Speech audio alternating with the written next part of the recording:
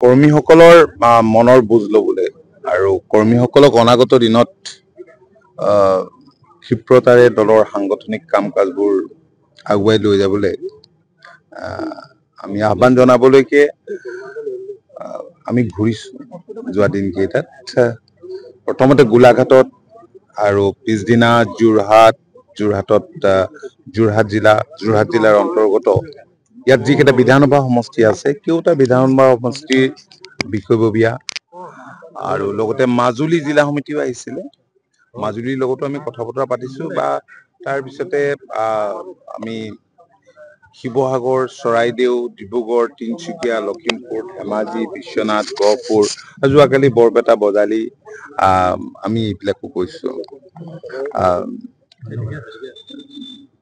কৰ্মীসকলৰ মনৰ উমান আমি পাইছো নাই তেনেকুৱা ঠিক নহয় চাওক আমি আপোনালোকে জানে যে অসম গণ পৰিষদ দল ভাৰতীয় জনতা পাৰ্টি নেতৃত্বাধীন মিত্ৰজোঁট চৰকাৰখনৰ অংশীদাৰ যোৱা এতিয়া প্ৰায় 10 বছৰে হ'ব আৰু অলপ দিন আছে আমি নিৰ্বাচনৰ মুখামুখি হ'ম আমি মিত্ৰতাৰে আছো আৰু যোৱা দিনকেইটাত মাননীয় মুখ্যমন্ত্ৰী ডক্টৰ হিমন্ত বিশ্ব শৰ্মা ডাঙৰীয়াই কেইটা মিত্ৰ দলক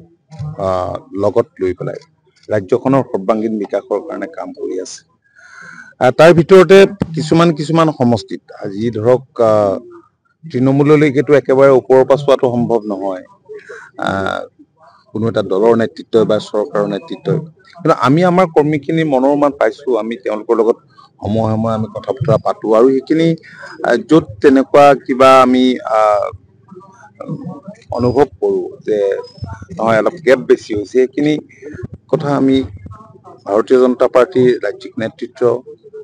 আৰু মুখ্যমন্ত্ৰী ডাঙৰীয়াক আমি আগতে অৱগত কৰিছো আৰু এতিয়াও গোটেই কথাখিনি জানি লৈ আমি নিশ্চয় এইখিনি কথা তেওঁলোকৰ লগত আমি আলোচনা কৰিম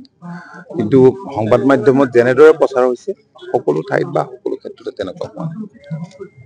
আৰু দেখা গৈছে যে আজি আপোনাৰ সভাখনতো যথেষ্ট সংখ্যক বক্তব্য বাহিৰৰ পৰা আমি শুনিছো যে এটা বিদ্ৰোহৰ উদ্ভাৱনী হৈছে নাই কোনো বিদ্ৰোহ নাই এই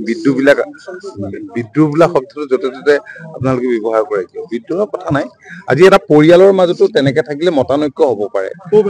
খুব এটা হ'ব পাৰে গতিকে এইটোতো তেনেকুৱা বিদ্ৰোহ নাই আমাৰ দলটো ঐক্যবদ্ধ দল শৃংখলাবদ্ধ দল আপোনালোকে দেখিছে যে সেইকাৰণে আমি দুইগৰাকী আজি দীৰ্ঘদিন ধৰি দলটোক আগবঢ়াই লৈ যোৱাৰ কাৰণে আমাৰ দলৰ কৰ্মীসকলে আমাক সেই সুবিধাখন দিছে গতিকে আমিও কৰ্মীসকলৰ স্বাৰ্থ যাতে সুৰক্ষিত হয় আৰু দলটোৰ আমাৰ যিটো চৰিত্ৰ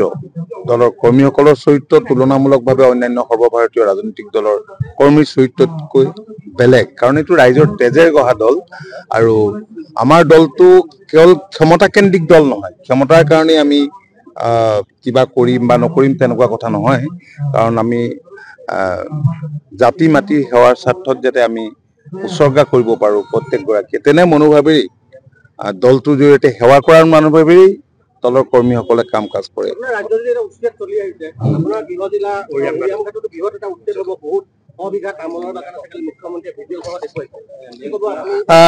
চাওক উচ্ছেদ যোৱা কেইদিনতো হৈছে আজি ৰাজ্যখনত বহুত ট্ৰাইবেল বেল্ট আছে ব্লক আছে VGR আছে PGR আছে ফৰেষ্ট লেণ্ড আছে গতিকে এইবিলাক সংৰক্ষণ কৰাটো অত্যন্ত প্ৰয়োজন বিভিন্ন দিশৰ পৰা কাৰণ মাটি আমাক লাগে আজি ধৰক আপোনালোকে দেখিছে যে যিবিলাক দেশখনৰ আগশাৰী ৰাজ্য আজি পাঞ্জাৱ কৃষি ক্ষেত্ৰত তেওঁলোক বহুত কৃষি ক্ষেত্ৰখনক আগুৱাই লৈ গৈছে কিন্তু লগে লগে ঔদ্যোগিক ক্ষেত্ৰখনকো আগুৱাই লৈ গৈছে হাৰিয়ানাৰ দৰে তেনেকুৱা বহুত ৰাজ্য আছে গতিকে মাটি আমাক লাগিব আৰু পপুলেশ্যন দিনক দিনে বৃদ্ধি পাই আহিছে সেইবুলি যধে মধে কিছুমান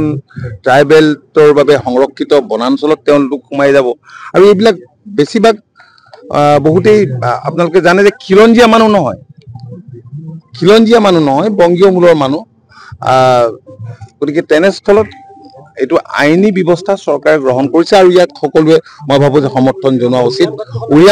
উৰিয়াম ঘাটতো তেনেকুৱা এটা হৈছে কাৰণ এটা সময়ত আপোনালোকে জানে যে এজন ইংৰাজে কৈ গৈছিল যে কেৱল অকল অবিভক্ত শিৱসাগৰ জিলাখনে বাচি থাকিব যেতিয়া পমুৱা মুছলমানৰ চুবুৰীয়া ৰাষ্ট্ৰৰ পৰা ইয়াত প্ৰব্ৰজন ঘটিছিল সেই সময়তে সেই প্ৰত্যক্ষ কৰি তেনে প্ৰত্যক্ষ কৰি সেই কথাষাৰ তেতিয়াই কৈছিল কিন্তু এতিয়া দেখা গৈছে যে আজি গোলাঘাট অবিভক্ত শিৱসাগৰ জিলাৰ অংগ এনেকে কিন্তু পুলি পোখাবিলাক বাঢ়িয়ে যাব পুলি পোখাটো বাঢ়িয়ে যাব গতিকে এইখিনি উচ্ছেদ হ'ব লাগে আপোনালোকৰ প্ৰাৰ্থী দিব হয় এবাৰ 26ত আগৰ মানুহ কিছু থাকিব আৰু থাকিব নতুন কিবা মুখ থাকিব নেকি নতুন নেতাৰ আমি ডেফিনেটলি চেষ্টা কৰিম কাৰণ অগপলৈ নতুন তেজৰ আমদানি হৈছে ই ইলেকশ্যন কেৱল আমি অকল বিধানসভা ইলেকশ্যনটোৰ কথা ভাবিলে নহ'ব ইলেকশ্যনটো ইয়াত আপোনালোকে দেখিছে যে ইয়াত মিচিং স্বায়ত্তশাসিত পৰিষদ আছে সোণোৱাল স্বায়ত্তশাসিত পৰিষদ আছে টেঙাল কছাৰী স্বায়ত্তশাসিত পৰিষদ আছে BTR আছে বেলেগ বেলেগ কাউন্সিল বিলাক আছে পঞ্চায়তো আছে MLAও আছে MPও আছে গতিকে ডেফিনেটলি আমাৰ নতুন প্ৰজন্মৰ যিবিলাক যুৱক যুৱতী আহিছে তেওঁলোকে যিহেতু দলীয় ৰাজনীতিত অংশ লোৱাৰ লগে লগে এইটো এটা নিৰ্বাচনৰ কথাটোতো কোনেও বাদ দিব নোৱাৰে আৰু বহুত সম্ভাৱনাপূৰ্ণ যুৱক যুৱতী আহিছে আমাৰ দলটোলে কাৰণ 2019ত ছাত্ৰ পৰিষদ গঠন কৰাৰ পাছত আমি দেখিলো যে ৰাজ্যখনৰ প্ৰায় 200খন শিক্ষানুষ্ঠানত তেওঁলোকে ছাত্ৰ একতা সভাৰ নিৰ্বাচনত অংশ লৈ সফলতা লাভ কৰিবলৈ সক্ষম হৈছে গতিকে এই যিটো জাতীয়তাবাদী ধাৰা আমি তেওঁলোকক সদায় কৈ আছো যে আমি বৰ্তমান সময়ত প্ৰগতিশীল জাতীয়তাবাদৰ দৃষ্টিভংগীৰে আমি কেনেকৈ আগবাঢ়ি যাব পাৰো আৰু কেনেকৈ দলটোৰ জৰিয়তে ৰাইজক আমি সেৱা কৰিব পাৰো সেই চিন্তাত আমি ব্ৰতী হ'ব লাগে আৰু তেনে দৃষ্টিভংগীৰে কাম কাজ কৰিব লাগে বহুত ভাল যুৱক যুৱতীক আমাৰ দলত পাইছো কাৰণ আমিতো সদায় নাথাকো আজি আছো আমি কাইলৈ নাই তো আগতো বেলেগ নেতা আছিল নেতৃত্ব দিয়াৰ সুযোগ পাইছিল ঠিক আমাৰ যিকোনো খবৰৰ বাবে যোগাযোগ কৰক 7099017330 লগতে 7099017110 নম্বৰত